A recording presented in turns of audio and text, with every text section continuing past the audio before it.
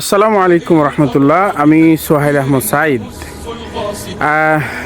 যে বিষয়টি শেয়ার করার জন্য ভিডিওটা করা সেটি হচ্ছে, আপনারা দেখছেন যে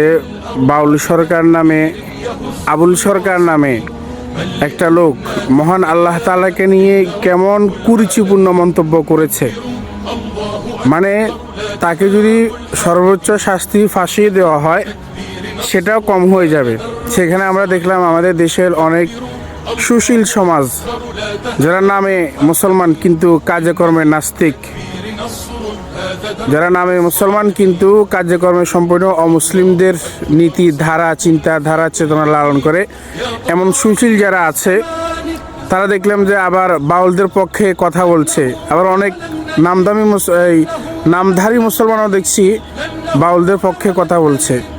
আসলে যে বাউল ফাউল যেটাই হোক, যারাই আল্লাহ রাসূলকে নিয়ে কটূক্তি করবে তাদের দুনিয়াতে থাকার কোনো অধিকার নেই, এবং এদের পক্ষে যারা কথা বলবে এরা হচ্ছে তাদের অবস্থা।